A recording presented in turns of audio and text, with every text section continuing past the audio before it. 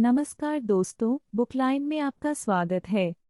हम आज महान अंग्रेजी रोमांटिक उपन्यासों में से एक द लव हाइपोथेसिस के बारे में बात करेंगे।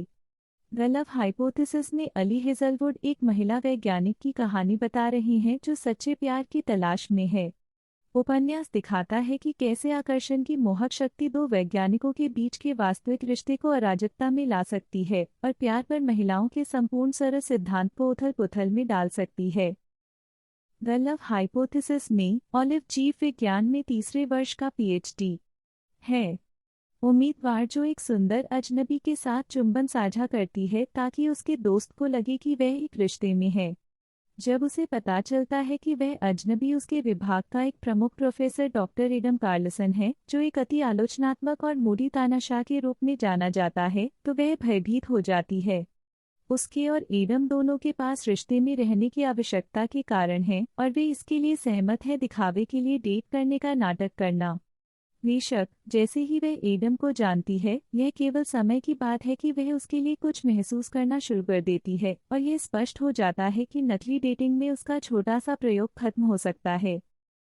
3 साल पहले ऑलिव स्मिथ अपनी पीएचडी के बाद जब बाथरूम में अपने संपर्कों को ठीक कर रही थी और देख नहीं सकती थी तो वह एक लड़के से बात करती थी। उम्मीदवार साक्षात्कार। वह उसे अपने शोध के प्रति अपने जुनून के बारे में बताती है। वह उसका नाम नहीं जानती लेकिन बातचीत को स्पष्ट रूप से याद करती है और उस लड़के के बारे में सोचती है जिससे वह मिली थी। वर्तमान समय में ऑलिव जीव विज्ञान में पीएचडी है। छात्र अग्नाशय कैंसर का शीघ्र पता लगाने के तरीकों पर शोध कर रहा है।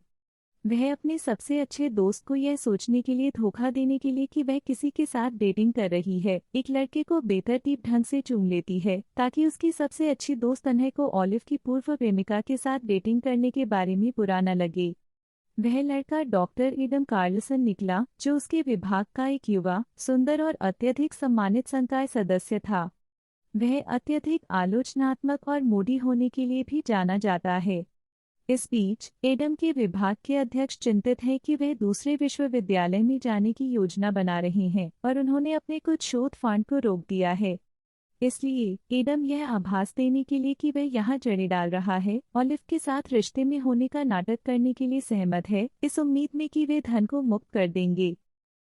जैसे ही ऑलिव और एडम नकली डेट करते हैं, वे एक दूसरे को जानने लगते हैं। ऑलिव देखता है कि एडम अपने छात्रों के प्रति मांग करने वाला और मुंहफट है, लेकिन निर्दयी या मतलबी नहीं है। ऑलिव ने उसे बताया कि उसकी मां को अग्नाशय का कैंसर है, यही वजह है कि वह इस पर शोध कर रही है। ऑलिव को जल्द ही पता चलता है कि उसके मन में एडम के लिए भावनाएं हैं, लेकिन वह उसे बताने से डरती है। जब वह उसे अपने क्रश के बारे में बात करते हुए सुनता है तो वह दिखावा करती है कि यह किसी और के बारे में है।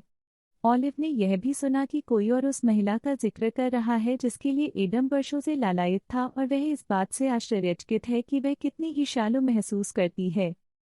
इस बीच ऑलिव को अधिक प्रयोगशाला स्थान की आवश्यकता है और वह हार्वर्ड में अपनी प्रयोगशाला में एक स्थान के लिए डॉक्टर टॉम बेंटन से बात कर रहा है।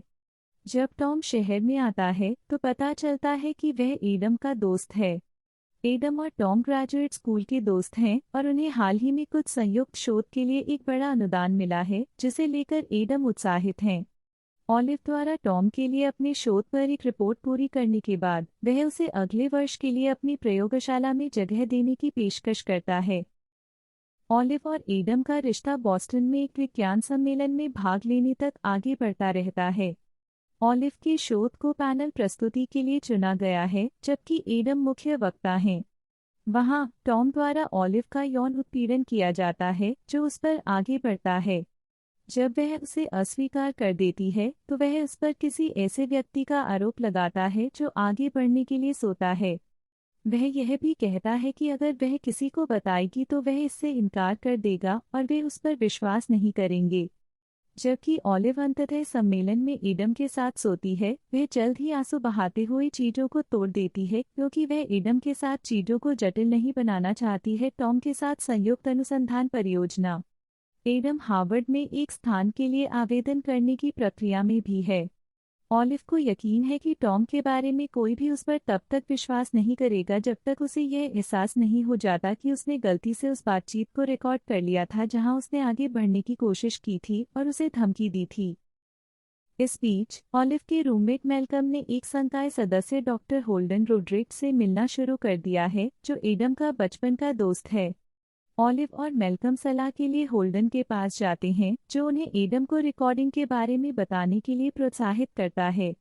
वह बताते हैं कि उन्हें लगता है कि एडम के हार्वर्ड जाने पर विचार करने का मुख्य कारण यह है कि ऑलिव को वहां जाना है।